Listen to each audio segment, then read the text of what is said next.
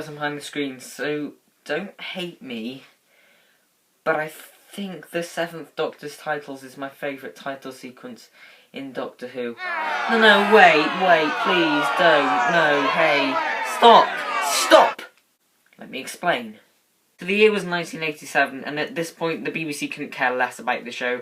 They were trying to get it cancelled, it's no secret, and they cut the budget down so much they were basically just using a piece of string at this point. So, answer me this. How did they come out with such a large-scale title sequence? That's what I love about it, the scale. It's so big, you've got this big galaxy spinning around and the TARDIS is trapped in the bubble trying to get out, and then there's huge meteors everywhere and the big galaxy and there's big stars everywhere. It's awesome. I just love how big it feels, and considering before this we'd either have funny black and white shapes or camera move through a vortex with tiny twists and turns there, this was really cool. And they came out with this at such a small budget as well. This was state-of-the-art at the time. And that's the key word here, at the time. People hate on this because it looks very dated, and I can agree with the meteors.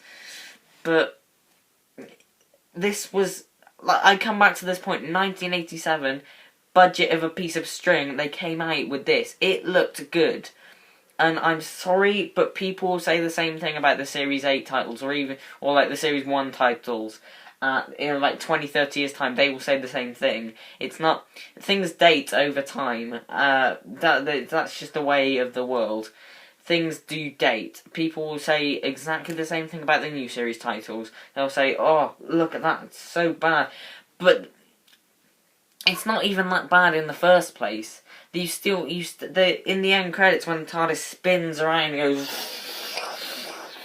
there's like, you can see shadow. Another complaint people have, Sylvester's wink. I'm really not bothered by this, to be honest. I think it's nice to have the face do something in title sequence, like last season Colin had his little smile, like he went, and yeah, it's nice to have a something there. I honestly don't mind it. Yes, it's painfully obvious that they just cross-faded 3 images together quickly. But, you know, it isn't bad. It doesn't damper on it. The logo? I don't mind the logo, actually. Yes. Certainly not the best logo in Doctor Who history.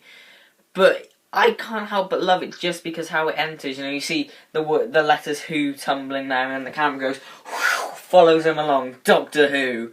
That's awesome. I love the camera going like that. Like, that's awesome.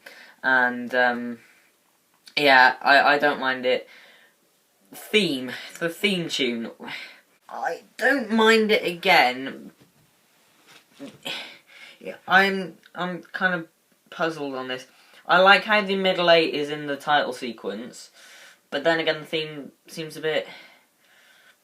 It doesn't seem powerful, like it just seems quite quiet. The album release is worse. The album release seems a lot slower.